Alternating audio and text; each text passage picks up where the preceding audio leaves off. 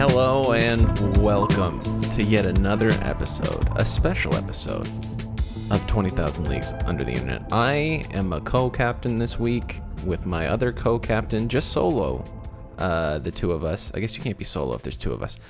Kyle, say hello and save me from this intro. Two solo captains doing two solo things together as one.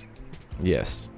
Two as one. Two as one. I do want to point out that Harlan Spinks is the biggest slacker in the world. He couldn't make it tonight. So he's left us to be just the two of us tonight, hanging out. Chilling. Just, he misses episodes all the time. So I'm like not even surprised that this is happening again, but I'm also a little surprised and a little mad. Disappointed, I think, really is the word that you're looking for. Yeah. Just disappointment and just overall commitment to this.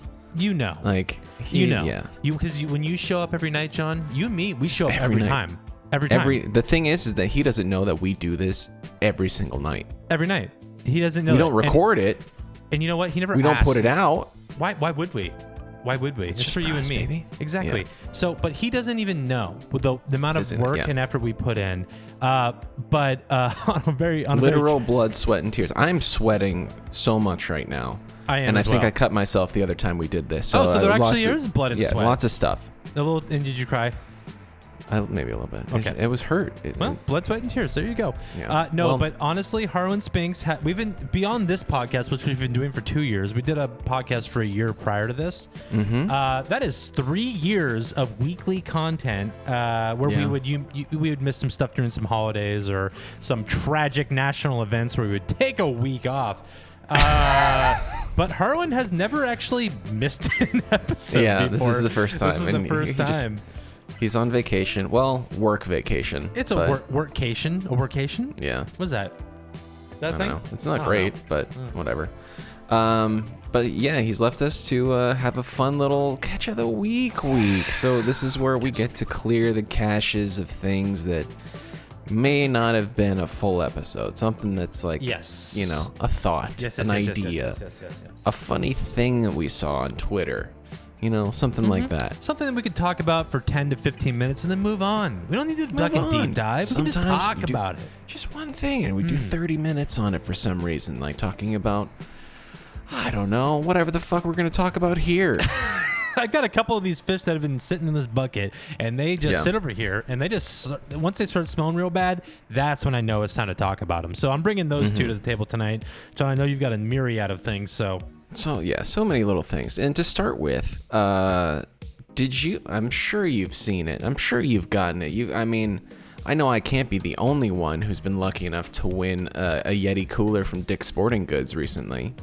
I have not won anything from Dick's Sporting Goods. No? Oh, man. Was this a text message? What happened? How'd you win this? I've won, going on, I'd say 30 or 40 Yeti coolers from Dick's Sporting Goods lately. You know what, though? I did win a free sandwich from Amazon, and I did have to verify my email to make sure that I could get that sandwich. Yeah. Is that sort of in the same track of what you're talking about? Why is Amazon trying to give you a sandwich? I don't know. I chose the weirdest thing to talk about internet fraud, but continue. I imagine that's what you're talking about. It is an email that has been like in so many people's inboxes lately that I've seen. I should check. I could check. Some of them have slipped into my primary emails, but my spam folder is chock full of them. Okay. Nothing but backpack coolers in there from Yeti, which honestly I would love to have, but not at the expense of my identity. Because that is 100% what is happening. You enter in your credit card because they say that, you only have to pay for shipping, and then they just fucking drain you. Well, god damn it, dude. For me, it's like I've got Best Buy trying to get me to buy an iPad. That's what I got going on over here. Yeah. That's their hustle. Wait, so you're talking about this mass campaign of bullshit. Yep. Basically, yeah, you get an email that looks like it's a promotional email from Dick's Sporting Goods, and it's like, you've been chosen. It's the new, you want a free cruise kind of thing. Oh my God, yes. You just gotta get to the port, or whatever. I never actually looked into that scam, but it's the same kind of thing. The with the cruise one, I can't help but compare the end results of the scams. The scammee thinks they're either getting a fucking vacation or a cooler backpack. Which honestly, value. I mean, you can only go on a cruise once, but that backpack keeps things cool forever. Okay. So it sounds like you're kind of on the same wavelength with me. I personally think the backpack actually has more value in general than the cruise, because 100%. The cruise, like, hey, we're all aware of cruises. They're not the cleanest thing or the most convenient thing, but if you're the kind of guy that can just be like, yeah, dude, I'll just go on a fucking cruise for weeks or whatever, that's fine. But like for most people, I think you get more turnover, more conversions on the backpack. I mean, cooler backpacks are fucking amazing. You take that to the park, you take that to the beach, you take that to the living room, so you don't have to get up for another beer. Done deal, dude. Yeah. Easy. Can you imagine? What's that? Oh, that's my like a backpack next to the couch. This is my very cold backpack. It's it keeps my things cold. But so don't do that. First and foremost, this is really just a PSA. Yeah. Watch your ass. Dicks is coming for you. Watch your ass. Dicks are coming for you. Wait, dicks is coming for you. I don't know. Gotta be a better way. Dicks are entering the. They're slipping one by. They're getting into the primary. The inbox. They're getting right in there. They're getting past all the defenses, and they're there to impregnate you with knowledge. All the prophylactic measures that I've put in place. Yeah. Yes, we. Well, that just killed me. That killed my train of thought about dicks entering our inboxes. You want to take us to whatever our next thing that we're going to waste people's time with? Yeah, for sure. I have two. I think I'll start with this one. Recently, there was a new dating app on the scene that I know most people have probably heard about, because it definitely made a big splash a week or two ago at this point. Okay. In fact, I actually wanted to talk about it as the catch of the week. I think my first episode back from my vacation, but I was like, you know what? I'll save it for an episode where we're just doing this. So, it's this conservative dating app called The Right Stuff. Did you hear about it? Okay, no, I did. This missed me. Okay. So it's founded by a dude. I'm not gonna be able to fucking pronounce his fucking name. He's a big name. I just can't pronounce his name. Peter. His name is actually long. No. It's not. Oh. Peter Andreas Thiel. Thiel. Thiel. Okay. Something like that. He's a German-American billionaire, entrepreneur, venture capitalist, and political activist. He's a co-founder of PayPal, Palantir Technologies, and Founders Fund, and he was the first ever outside investor of Facebook. Jesus Christ. So this dude's not this isn't like his first time at bat. You know what I mean? This is at least his sixth rodeo. Yeah, I mean, he's been at bat a few times. He's definitely hit some home runs, for better or worse, and he knows what he's doing. But so is he lonely? So this fella, it would stand to reason that he's looking for love, and he's doing it by trying to find conservative women that meet his needs. So it's a app like a Tinder, Bumble, Hinge, etc. The same kind of the same formula, except it's invite only. And you have to answer a questionnaire. And once you're online, you are dating people that are only of right-wing conservative mindsets. Okay, yes. Yes. Gated community. White people. Yes. There are jokes where people call it the white stuff or the Reich stuff or... Oh, my God. That's so good. Yeah. So that's kind of where this goes. I have some great audio clips for you, but in just in a minute. So it performed solidly during its first 2 days in the App Store, which were September 30th and October 1st, which generated roughly 6,000 and 7,000 downloads respectively. So 13,000 downloads on this dating app in the first couple of days, which when you really think about spread out across an entire country, that's not a lot of people, but a good signal of interest.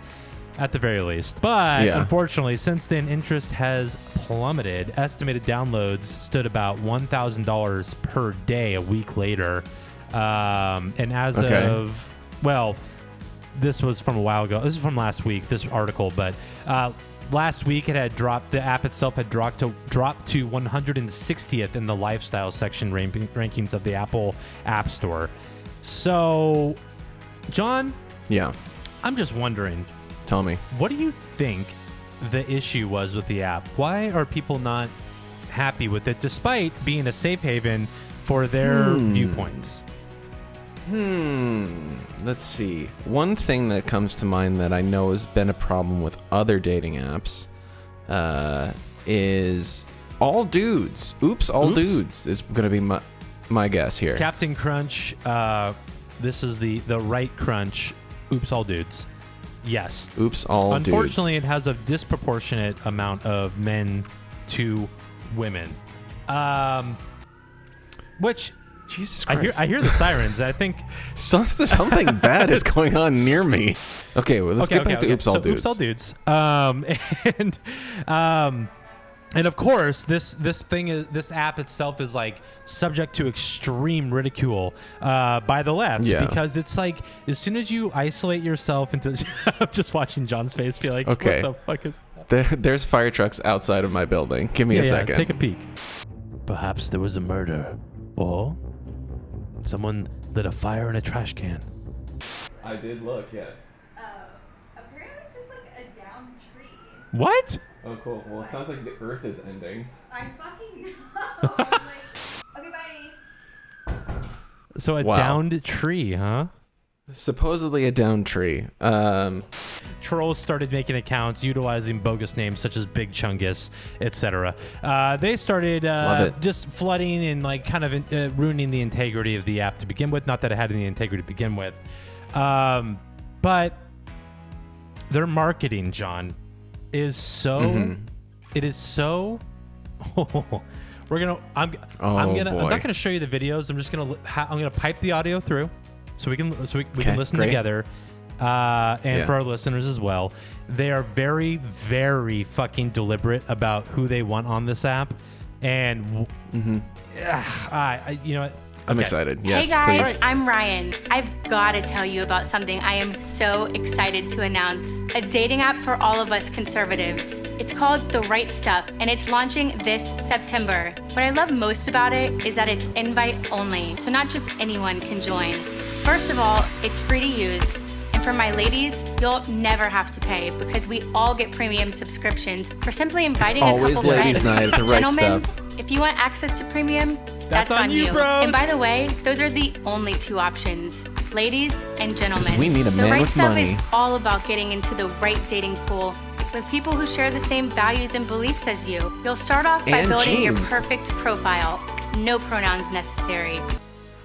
Okay. Why would you need to know your pronouns? Yeah. Are you a When he? your pronouns are American and patriot and ass kicker? Yeah, exactly. So I love the two things are no pronouns necessary, which I'm like, yo, he and her are also pronouns, but okay. Yeah, people don't. I mean, really, it's just a commentary on the educational system in the United States. I know, it's fucking Nobody terrible. understands what a pronoun is. And the other thing, John, was like, women, you get premium for whatever. Men, you have to figure that out. And that's the other thing. That's the only two genders on this platform, or where the fuck they say. Yeah. So it's like, dude. Cool. Immediately, Well. it's just like, yo, this is for men and ladies only. And also another thing to note, there's not a single dude. That's only the first one. This is the second one, John. There is not a single man in any of the advertisements. It is all women. Okay, yeah, that makes sense because there's probably no women on the app. Because probably a man wrote it and he's like, what's gonna get all the bros on here? What's gonna like hype up like Skylar and like Trevor? Well, it worked because that's all they attracted. So here's the second clip. It's a little longer, but man, it really brings it home. It really brings it home. So we're just gonna deal with it. This is one of those more like interview the users and get a sense of who they are. Yeah, let's talk to the people. All right, here we go. Here's some lovely ladies. Today, we brought in a group of conservative young women and wanted to get their honest opinions about what they're looking for in the guys they date. What are you looking for in a partner? God, I hate just They hearing just the have audio to be of a this. conservative. Definitely someone that wants to have kids. I like an independent man. Personally, I like the alpha male vibe. I want a man who really loves his family. Definitely someone whose faith is important to them. For me, it's someone who actually wants to meet my parents. Why do you want to date a Set the bar real conservative? low. For me, at least I know that we're going to start off with some shared values. Well, the conservative men I've dated at least know how to treat me like a woman. In my personal experience, Wait, I thought there was no pronouns conservative here. guys Right. have better manners. I like that they understand their role in the relationship as a man. I just prefer my men to be masculine. Liberals can't be masculine. And what's the true. biggest Here we red go. flag when it comes to dating? A Democrat. No Democrats. A Democrat. Can't be a Can't be. Democrat. A Democrat. That's easy. A Democrat. No Democrats. You get the idea. It's a no. It goes on for a little longer, where it asks all the women what they don't want, and it's just a Democrat Yeah. the entire time. Yeah, they don't want a Democrat. No, they don't want a Not Democrat. Like somebody who still lives with his mother and, Right. you know, At me as maybe a Democrat, doesn't have a job. Me as a Democrat, I am not masculine. I don't understand my role in the in my marriage, and I'm not an alpha male, and No. I certainly am a Democrat. So yeah. I'm Kyle, I- am I a look, Democrat? I know I don't know that- what I am. I'm somewhere in the ether of the left. I don't know if I'm a Democratic Party guy necessarily through and through, but I am something left leaning. Let's put it that way. Yeah. Well, look, hearing all this and having been one of the best men at your wedding, I don't think this app is for you, man. Yeah, I also don't think I really need to find a new person. I think I'm good. Yeah. But Just I figured. Yeah, I don't think you can skip this one. I think probably. yeah, I think I can not download the right stuff. Oh, but you know what? I can't because it is no longer you can- available to be downloaded at all. Oh, I thought you were gonna say because of the invite. I'm like, you gotta be able to call. Oh, you know what? I wonder if they're actually. It's just you can't search for it in the App Store. Maybe you have to get the link to it directly. Or it just doesn't exist. Well, the reason why I thought it couldn't be downloaded anymore because reportedly within the first couple weeks of the app's launch, it was leaking the data of the users like right away. It didn't really have any security measures in place. Which of we course saw not. also with Getter and Freedom Phone. It's the same Yeah. thing. It's like the same thing over and over again. All these people want to go to these apps that are supposed to protect them from big tech and the government and stuff. Yet every time, those are the apps that get friggin' rallied on by hackers and people looking for holes in the system. Turns out maybe big tech kind of has an idea of what it's doing. Yeah. Once again, for better or worse, but it is. They know they're holding on the cards right now. Wowzer. Well, So that's fun. That's the right stuff. I don't have a clever segue out of that into what I'm going to talk about because I don't really think that what I'm going to talk about should exist. I'm definitely late to this, but Kyle, do you know that it's Morbin time? Oh my god, I do. And Okay. man, Harwin's gonna be watching this, be like, "Gah!" Was that a good Harwin yeah? impression? That was good. Yeah. Because he knows It's like all he's about in the Morbin room time. with us. Yeah. Man. Okay. So John, please keep going. This completely missed me, and I saw it completely by random on Reddit today, and because it was in our cringe section. And so I was like, what in the hell is this? And yeah, I mean, the Morbius movie was an absolute train wreck for so many reasons, but most of all, Jared Leto. The man, was he good at acting at any point? Is there a role that you can specifically say that he was great in? I think that, and not in a positive way. Okay. He's such an enigma. Like he has an enigmatic way about him that people have a trouble putting their finger on him. So they think what he's doing is impressive acting, but instead it's just being a weirdo. Yeah, it might just be being a weirdo. He's really confident at being a weirdo. Because when I think about the things, I just watched American Psycho the other day, and he's a great weirdo in that. He's a great weirdo. Fight Club. excellent weirdo. What is he in Fight Club? I haven't seen the movie in like a long time. What is he? He's just a follower. Sorry to interrupt you, John. I just had to jump in here for a quick correction. He is credited as Angel Face in Fight Club, and he's incredible in that role mainly because he gets his face absolutely obliterated by Edward Norton. Back to you. And he's got bleach blonde hair, but and he's gets got the shit kicked out of him. Yeah. He's got lines. Okay. So I definitely was gonna miss Morbius for all of those reasons and more. Sure. But I didn't realize that Morbin time was gonna become such an insane phenomena. Yup. And I read a little bit about the origins of it, and I'm sure. Are you well versed? I don't know if You understand? Let's just say this: it hit my body and bounced off. I see references to it weekly, but I don't know the finer details. I never saw the movie either, by the way. I didn't watch that. I'm not sure anybody did. They did because they fucking put it back in theaters. Oh, do you know about this? No. So this whole fucking thing blew up on the internet. This meme of Morbin time and everything blew up on the internet because of how bad that fucking movie was. They re-released it into theaters for people to go see it to capitalize on the meme. Completely misunderstood it. They wanted that meme money, dude. And people went and paid money to see it in theaters again once they've got popular from what we're about to talk about.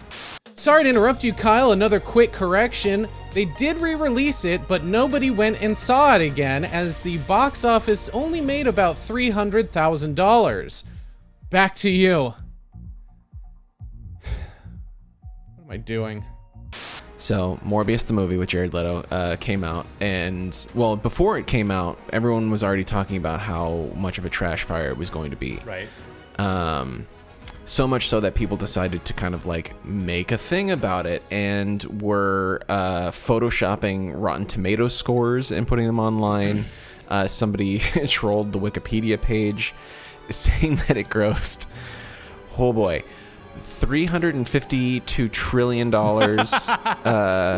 worldwide. Yeah, that's awesome. I think it's just really good. The right kind of it's the right stuff for trolling. And so it was called the Morbius sweep. That was what was trending on Twitter because of it.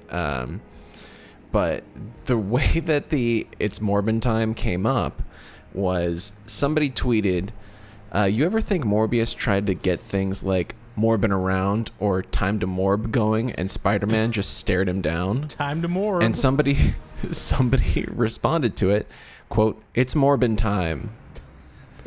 Much like the Mighty Morphin Power Rangers, it's Morphin time. The way you say it, John, sounds like there's no punctuation whatsoever. It's like the most apathetic. It's Morbin time. It's Morbin time. It's amazing. But that one tweet, this like, it's just in quotes, that's all that there is, was the genesis of all of the fucking like creepy dancing TikToks and like. So somebody did a Venom tie-in. I'm sure you've seen that one where it's just Venom changing into Venom and then Morbius change and then a crowd erupts.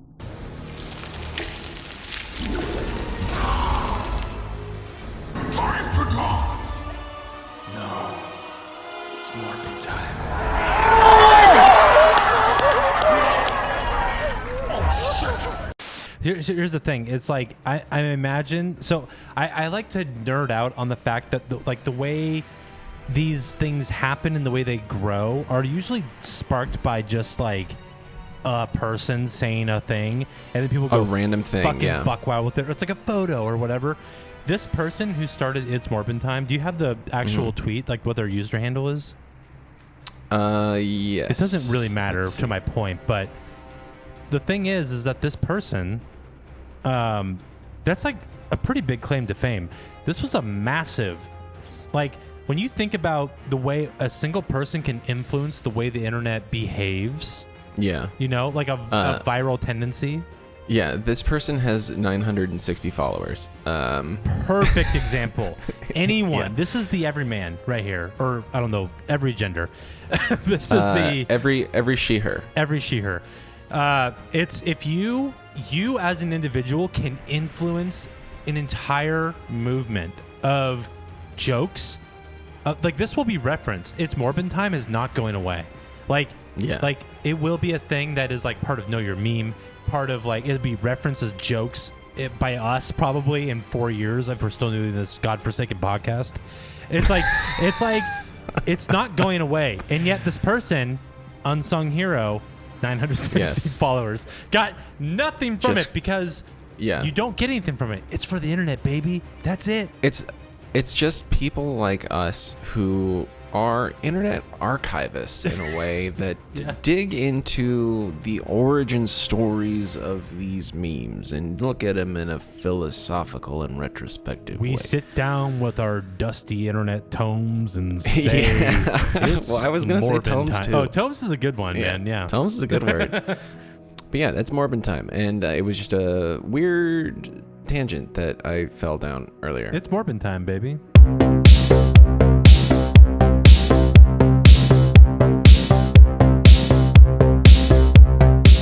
Yeah, I'll do this one, which I feel like has the most meat on it for me because it's just a bizarre thing that I did not know existed. Maybe it's because I don't have Twitch. I don't know. But TikTok and Twitch streamers are trading sleep for cash.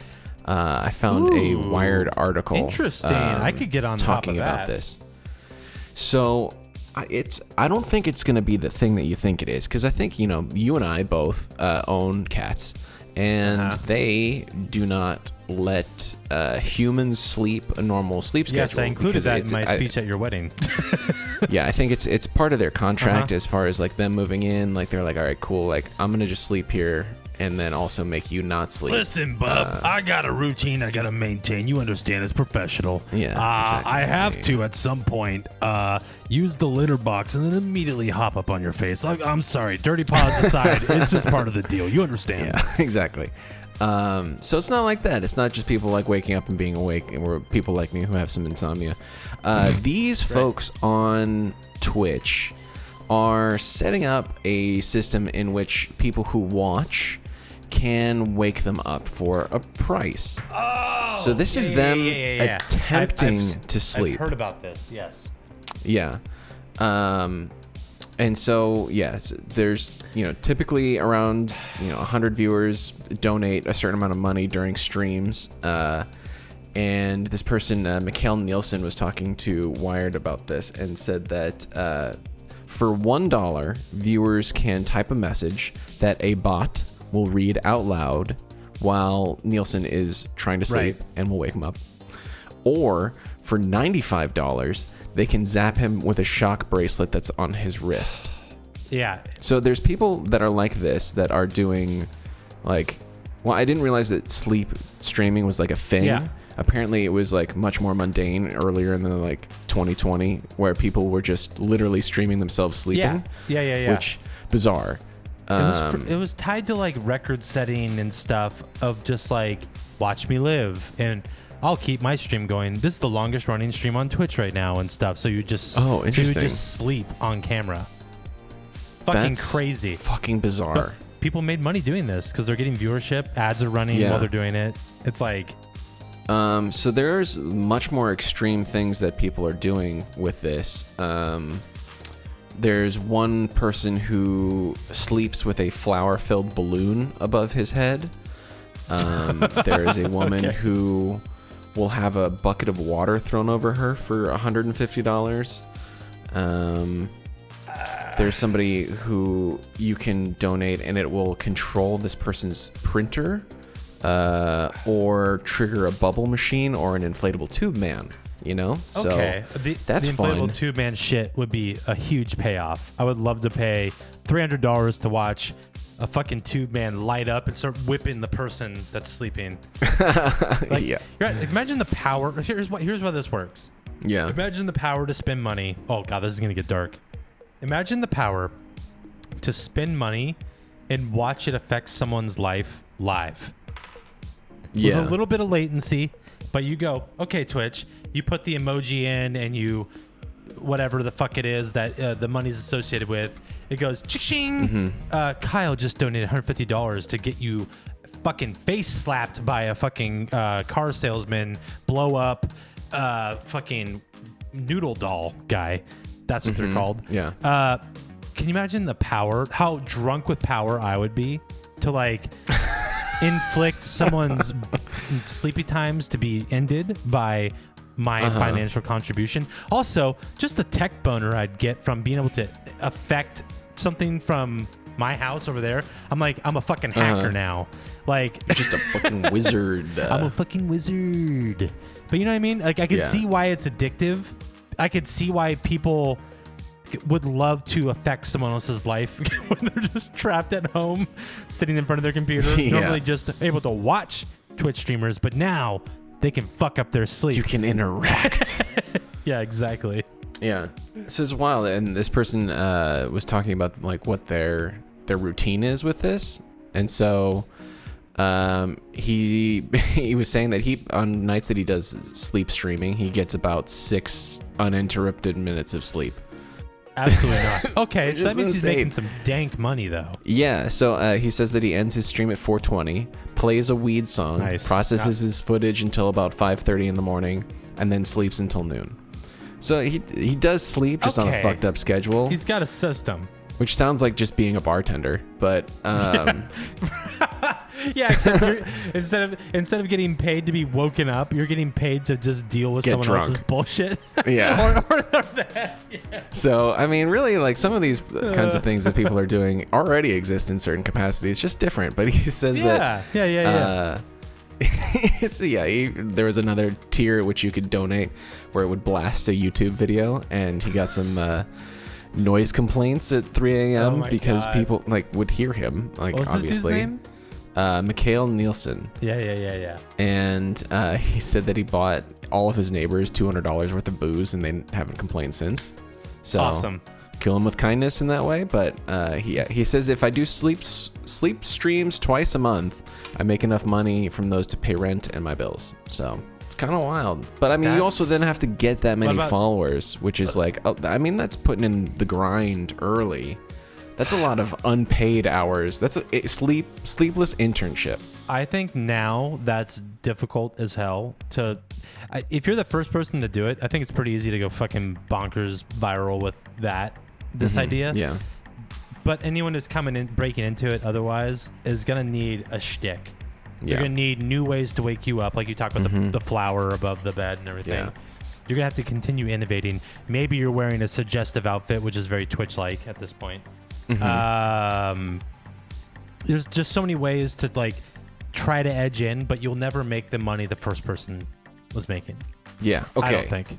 I'm trademarking this idea. Trademark. Okay.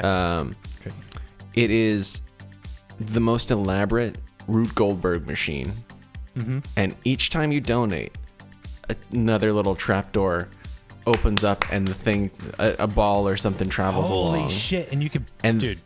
So this is not like you do get to sleep. So in my scenario, you get to sleep. You fall asleep, whatever, NyQuil yourself, go to sleep. And then this elaborate, crazy, like shelf system Rube Goldberg machine is set up. And at the end of it is a bowling ball above your nuts. Oh shit. So it's like basically enough money has to be donated for the bowling ball to eventually fall onto your nuts. Yeah. Hear me out, because everybody's going to want to see that.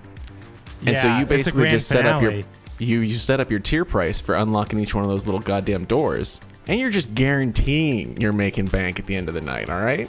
Oh my god! Can you imagine trying to fall asleep knowing that you're gonna get your balls rocked later? Like, I'm just. Could you imagine trying to fall asleep knowing that you're gonna wake up $10,000 richer? Yeah. Actually, I don't know if I could fall asleep. That's why you need the NyQuil. So it's like every night making 10K just because no children ever allowed anymore. No children. I'm about to get my shit rocked. But here's the thing. It's like this is actually genius, because instead of like the incremental like I spend $1 to say sup and it pings the sound or whatever. Yeah. This is great because you can also get other inventors and engineers like Burning Man people to come collabs. over and build these. Eventually, you're sleeping in a warehouse. And the camera is very far away. And you're just on a bed, knocked out, like drugged out, like on NyQuil once again, and like a well-lit facility. And you're watching like all these crazy Burning Man-esque like levers be pulled as people are paying. So yes, $10,000 a night and a little bit to the creator. and you wake up extremely well rested with a maybe bruised pelvis, but you're fine. You're richer. And you can also kick that caffeine habit because you're not going to need it. Totally. Yeah, you are going to be awake. Yeah. Welcome to Shark Tank. Yeah. It's like the shitty alarm clock. Yeah, the worst ever alarm clock. Anyways, people are getting paid to get zapped and not sleep, so turn your insomnia into money. John, did you ever hear about the chaotic sandwich man? No, you sent me this in a text message, and it was along with the right stuff in quotation marks, and I had no idea what the fuck it was either like one of these things were. The right stuff in quotation marks. And both of these were very like vague and threatening almost. God, I want to make sure there's no overlap in our topics tonight. I want to talk about the right stuff and chaotic sandwich man. Does that bother you? Yeah. What the fuck? Yeah. No. What the fuck? What is this? Tell me. So chaotic sandwich man actually was told to me probably 2 months ago at this point. And I've always kind of bumped it as a thing to talk about to open the show with because, guys, honestly, a lot of shit happens every week where it's just like, we have to talk about this. This is taking priority, whatever. But this is something I've had in my back pocket for a while, and I'm like, okay, I guess I'll talk about it tonight. This was actually brought to me by a friend of ours, John, who is not in the normal internet circles that we exist in, so I was surprised to hear about this because I hadn't heard about it. It sounds like you haven't heard about it either. I wonder if Harlan even has. I don't think so. Because I feel like this is something Harlan would have covered. But the man is deep in the internet. Yeah. So around February this year sometime, a mysterious Italian man began filming himself at his workplace. Yes! So, okay. Yes. You do know about Chaotic Sandwich Man. I do. I didn't know he had a name. Well, his name's... I've seen so many of his videos. Technically, yeah, I don't know. He has an actual name, but I'm not gonna even. I don't think I'm even gonna name it at this point. Okay, this is great because I'm very excited. Yes, I love this. I have literal breadcrumbs. I hope you can fill this in for me. Ooh. This sandwich boy. He works at a traditional salumeria in central Naples.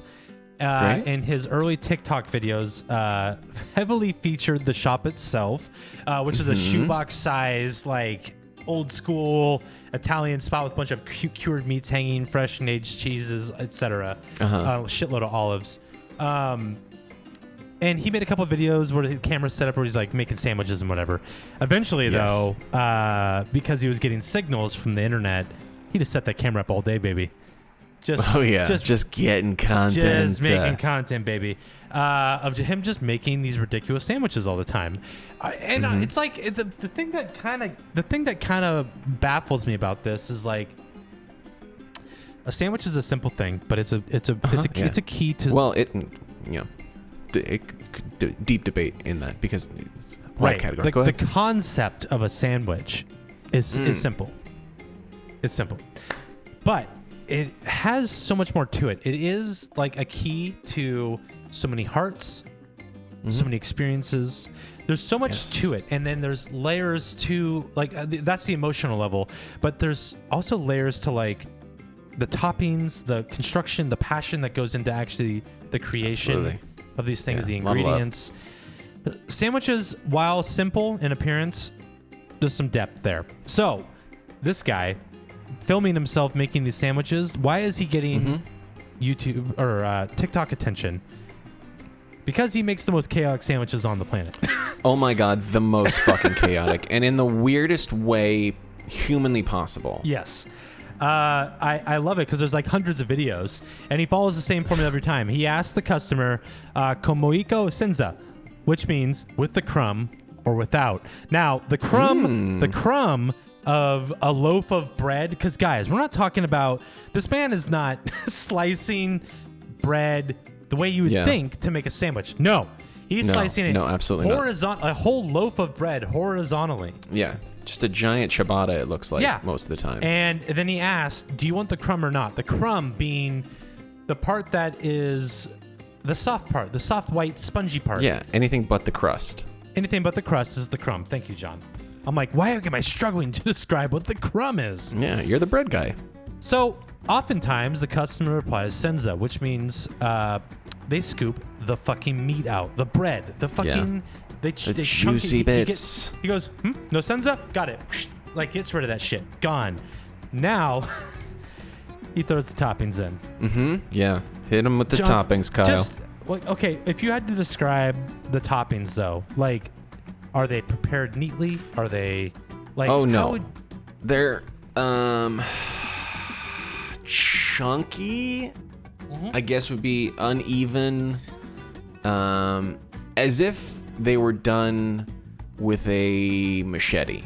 Yeah, so to me, when I think about eating this sandwich, I think about everything perfectly sliced in a way that's going to be conformed. Just thin slices of tomato, thin slices of onions. You get that thin sliced cured meat, just perfectly cut. Just you put it in there, just like lay them right on each other.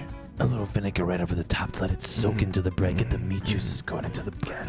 Getting that crumb. But not in this situation. This man has hollowed out the meat. The meat is gone. It is just crust only, and it's like a bowl almost. This man just dumps like full uncut fucking meats. Well, I mean, I guess the meats are kind of sliced, but they're kind of roughly chopped. The cheese is like blocks. Oh yeah, like that was one of the things. It's all the thing that is always with this particular sandwich. I think is almost consistent in all the videos. Is the wettest balls of mozzarella possible, and like uncut, so they're just full balls, and it is sopping wet. It's so wet. Check this out. I love the way this writer wrote this. It'll be in the description. Whoever this is, because right now I just have it copy and pasted in my doc.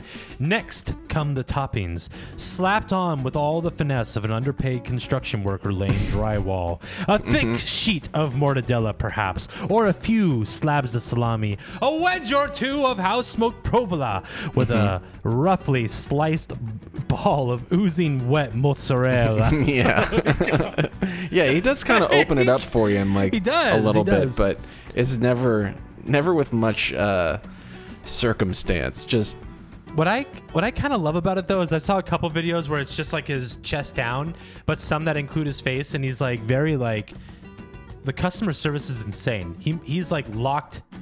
He takes it very seriously. His eyes are just fucking locked onto the customer. He's like, "What do you want? Want this? Okay." And he's like doing it. And he looks back. Do you want the mozzarella too? And then do you want it? Yeah. Do you want it? Just he like makes sure before he goes forward that he's going to provide them exactly what they want. Unfortunately, as the summer went on, well, actually, I don't want to say unfortunately yet. I'm just going to say, as a consequence of this awesome chaotic sandwich, which John, would you eat one of these? I would fuck with 100%. Yeah. I would fuck with it. This dude, I love cheese. He amassed, dude. The sandwich is basically just a meat and cheese bowl it's like a dome. Yeah, I also feel like I could eat it over the course of 2 or 3 days. Yeah, this is you get enormous. it, you take it home, you're good, dude. But he amassed over 1.5 million followers on TikTok over the summer, including plenty of fascinated Americans who we all know ruin everything. So some drooled over the quality of his ingredients, and others shrieked in horror at his lack of condiments and cavalier disposal of the good part of the bread. I do love this. I love this quote from an Instagrammer. I flew from New York City to Naples, Italy to try the famous sandwiches from TikTok. I gave it an 8.7 out of 10. I love the specificity of the 8.7. It's like, dude, you flew. How much did you spend actually on that sandwich? You fucking paid a lot of money. That's hype. Oh, well, we got to think that that's not. He's like, I'm going to go to Naples for vacation. Maybe I'll get that sandwich. In my fantasy world of things, John, I'd like to think that he flew there for the sandwich. Okay, sorry. Can we just...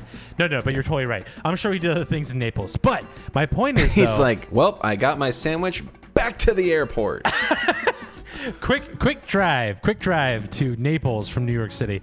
But to me, regardless of whether or not he did other things in Naples, the amount of pressure that was on that 8.7, dude, if I had to wait in line for like 3 hours or something and it sucks, I'm almost gonna judge it harsher. Oh, for sure. The fact that this thing got an 8.7 out of 10 after a dude flew and there. He crossed the Atlantic. He crossed the Atlantic. To me, tells me This dude knows what the fuck he's doing, dude. That's great. So unfortunately, the attention received was not loved by the restaurant owner.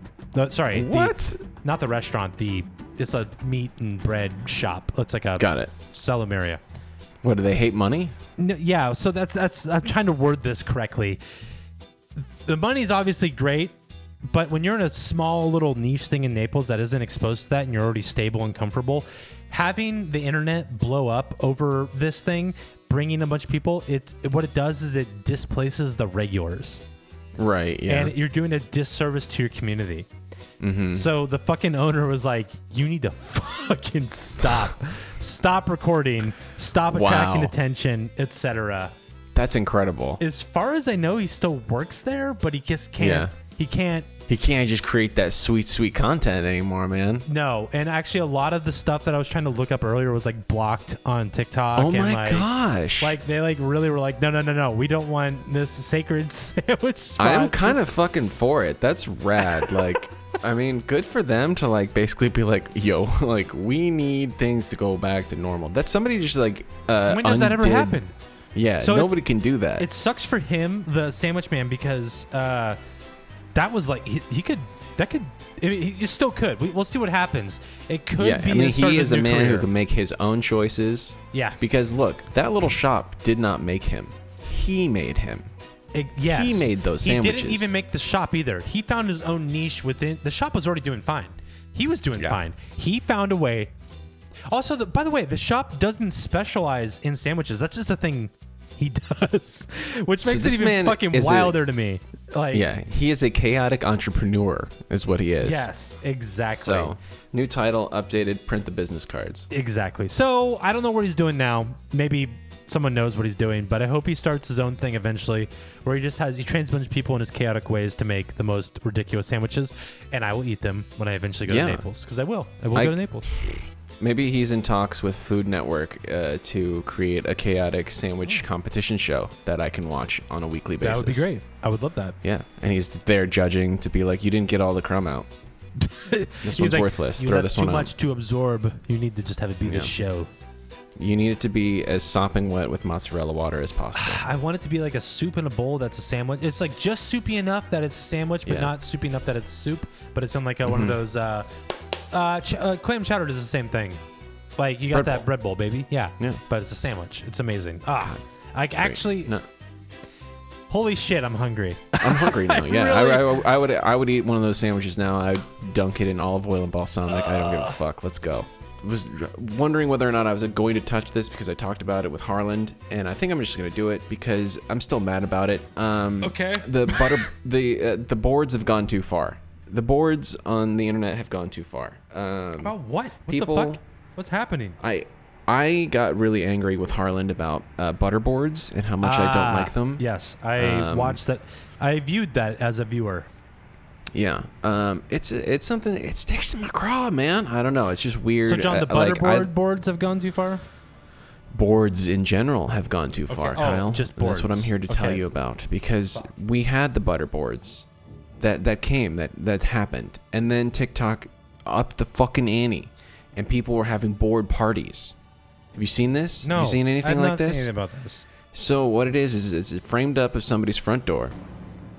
And they're like, we're having a board party. And basically, one by one, their friends walk in holding boards of different things. None of them can be the same things. They always coordinate beforehand. But somebody's like, a McDonald's board. And it's like artfully laid out with like tons of burgers and French fries and all that sort of thing. And somebody's like, a sushi board. And it's got sushi all over it. It's basically like people have a party where everyone's supposed to bring a different board. I refuse to believe this exists actually outside of the people that are making effort on TikTok to provide 100. Yeah, I will agree to an extent because I feel like somebody would be like, oh, we're gonna have a girls' night or like we're gonna have a boys' night. Like everybody just like bring their own favorite snacks and put it on a board. Like it may not exist.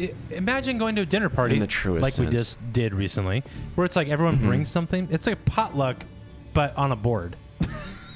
Yeah. Well, the thing that like makes me mad about this, outside of lots of things, is people doing fucking like fast food boards. Like there's no prep, right? It's just you buy it. You just went to White Castle before you went over to somebody's house and put it on a plywood board. Like, what are you doing? Can you imagine the reviews after the night? What was your favorite board last night, babe?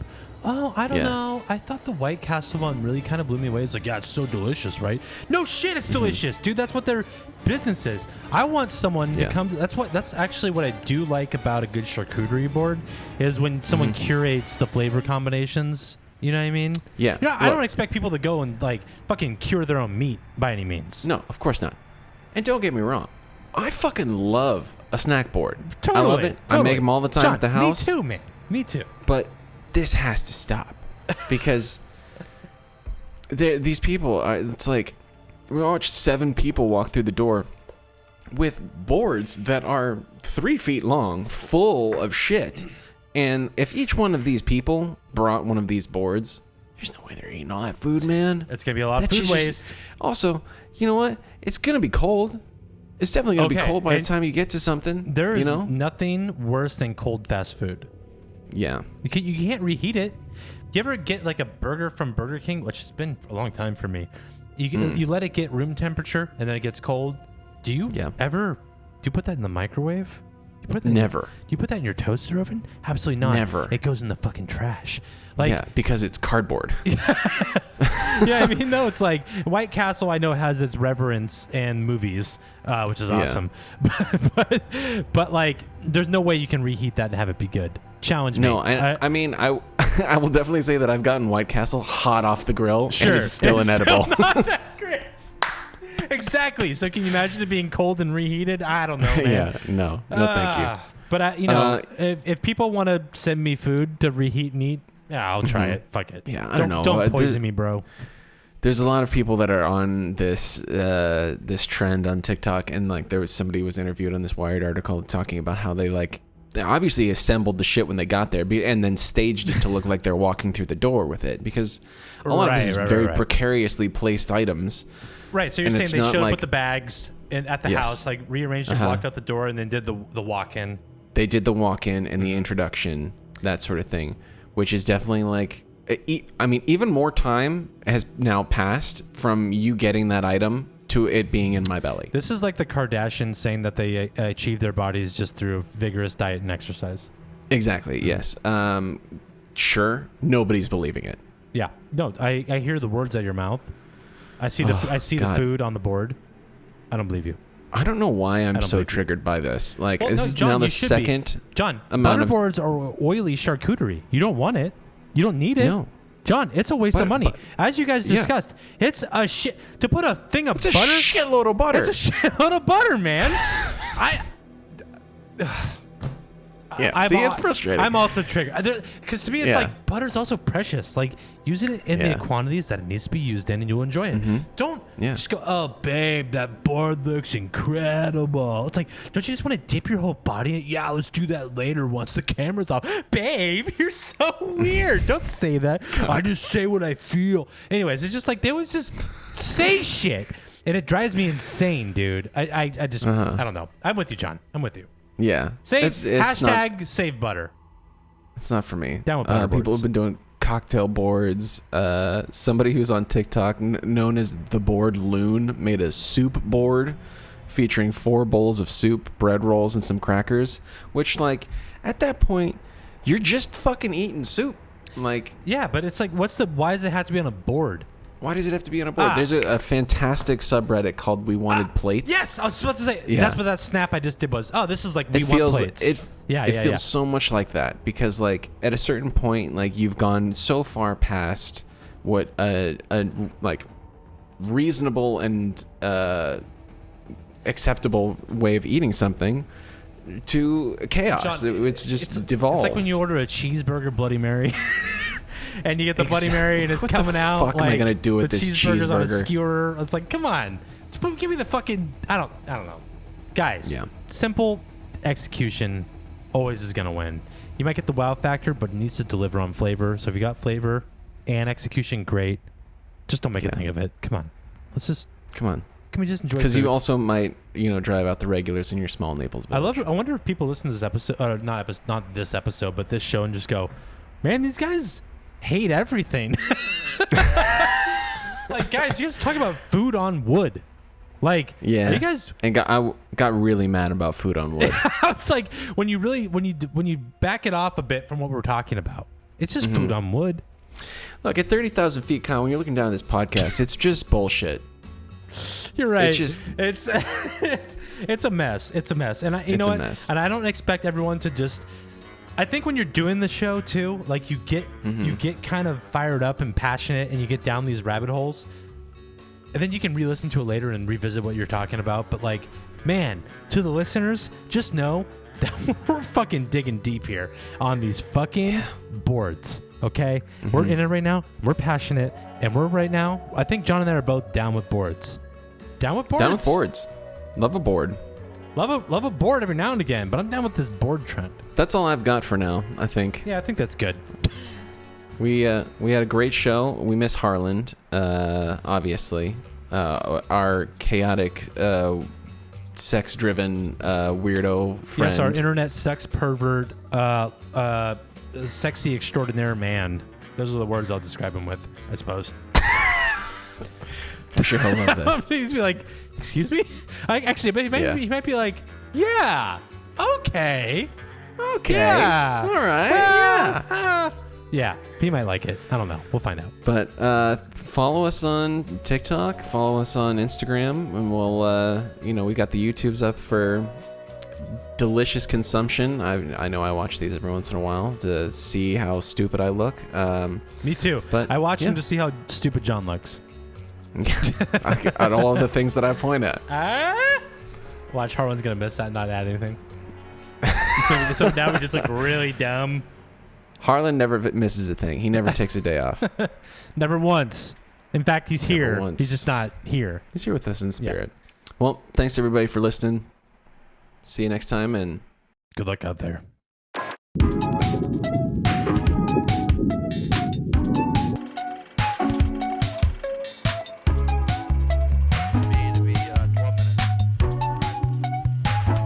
And everyone wanted to know which president was the true throat goat. And okay, I do remember this. And they are all some sort of eldritch monsters of yore, right? Yes. She was also selling videos of her farting in the jar. I hate this so much. I hate everything about this. Yeah. Security Starboard.